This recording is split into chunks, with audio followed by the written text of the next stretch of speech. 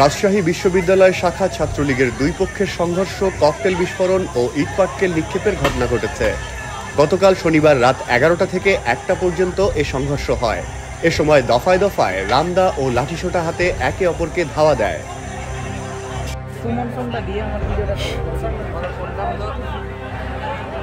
সংঘর্ষে জড়ানো ছাত্রলীগের দুই পক্ষ হল বিশ্ববিদ্যালয় শাখা ছাত্রলীগের সভাপতি মুস্তাফিজুর রহমান এবং শাখা ছাত্রলীগের যুগ্ম সাধারণ সম্পাদক ও হোসেন শহীদ সোহরাওয়ার্দী হলের সভাপতি নিয়াজ মোর্শেদ। তবে সংঘর্ষ চলাকালে শাখা ছাত্রলীগের সাধারণ সম্পাদক আসাদুল্লাহিল গালিবের অনুসারীদের মুস্তাফিজুর রহমানের হয়ে হামলা চালাতে দেখা গেছে।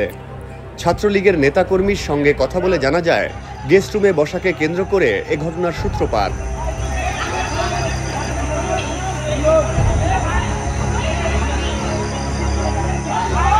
গেস্ট রুমে আমার এবং আমার সেক্রেটারি ছেলেপেলে সাংগঠনিক কাজ করছিল। সেই সময় ওই গিয়ে বাধাগ্রস্ত করছে এবং বলেছে যে আমি হলে সভাপতি, আমি এখন একটু বসবো। তখন তারা আমাদের ছেলেপেলে বলেছে যে ভাইয়া একটু 2 মিনিট সময় দেন, আমরা জাস্ট বের হয়ে আপনি বসেন।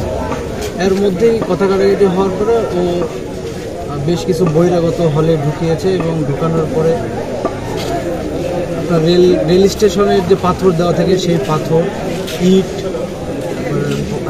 ককটেল বিস্ফোরণ করছে। আপনারা ইতিমধ্যে শুনেছেন প্রভোস্ট মহোদয় এবং প্রক্টর মহোদয়ের কাছ থেকে সব কিছু। এখানে নতুন করে বলার কিছু নেই। আমি এইটুকুই বলবো যে বিশ্ববিদ্যালয়ে যেন স্বাভাবিক শৃঙ্খলা পরিবেশ এবং পড়াশোনার পরিবেশ যেন বজায় থাকে, সাধারণ শিক্ষার্থীরা যেন নির্ভয়ে এবং স্বাভাবিকভাবে পড়ালেখা করতে পারে, সেই লক্ষ্যে আমরা বিশ্ববিদ্যালয় কর্তৃপক্ষের সাথে একসাথে কাজ করি। আমরা বিশেষ করে বলি সোহরাওয়ার্দী হলে যে আজকে যে অনাকাঙ্ক্ষিত ঘটনা ঘটছে, সেই ঘটনা আপনারা সবাই অবগত আছেন। আমরা হল প্রশাসন, বিশ্ববিদ্যালয় প্রশাসন এবং আমাদের পুলিশ প্রশাসনকে সাথে নিয়ে আমরা হলে প্রবেশ করি এবং আমাদের হলে ভিতরে যারা যে সাধারণ শিক্ষার্থীরা ছিল বা সংগঠনের শিক্ষার্থী যারা ছিল, আমরা চেষ্টা করছি প্রতিটা রুমে রুমে যে তল্লাশি করা এবং আমরা যে রুমগুলো আমরা মনে করেছি হয়তো কোনো ধরনের দেশীয় অস্ত্র বা থাকতে পারে, আমরা সেই রুমগুলো খোলার চেষ্টা করছি এবং সেখানে কোনো ধরনের অস্ত্র আমরা পাইনি।